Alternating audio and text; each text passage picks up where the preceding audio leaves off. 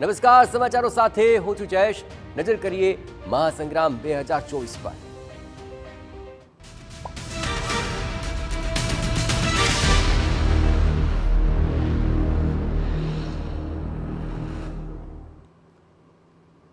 સુરત બેઠક પરથી આવી રહ્યા છે મહત્વપૂર્ણ સમાચાર। કોંગ્રેસમાંથી નિલેશ કુંભાણીને ટિકિટ મળી છે। અગાઉ 2 વખત તેઓ કોર્પોરેશનની ચૂંટણી લડી ચૂક્યા છે, એકવાર વિધાનસભાની ચૂંટણી પણ તેઓ લડી ચૂક્યા છે।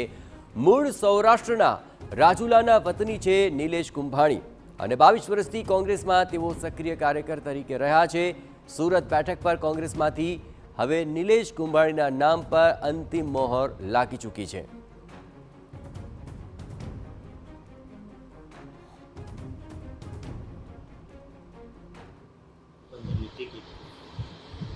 ચોવીસ લોકસભાની મને ફાળવવામાં આવી। આ વખતે શક્તિસિંહ ગોહિલ સાહેબે મને કીધું કે તમને આશીર્વાદ રૂપથી આ ટિકિટ તમને આપવામાં આવે છે। ઇન્ડિયા ગઠબંધનને ટિકિટ આપવાથી ગોપાલભાઈ ઇટાલીએ પણ મને કીધું મારી શુભકામના તમારી સાથે છે અને અમારી પાર્ટીને પૂરો સાથ સહકાર આપવા માટે તૈયાર છે। એ રીતે ગોપાલભાઈએ પણ આશીર્વાદ આપ્યા છે। આ વખતે ઇન્ડિયા ગઠબંધનની હિસાબે આમ આદમી અને કોંગ્રેસ પાર્ટી થઈ 24 લોકસભા 1.5 લાખની લીડથી પણ જીતી બતાવી।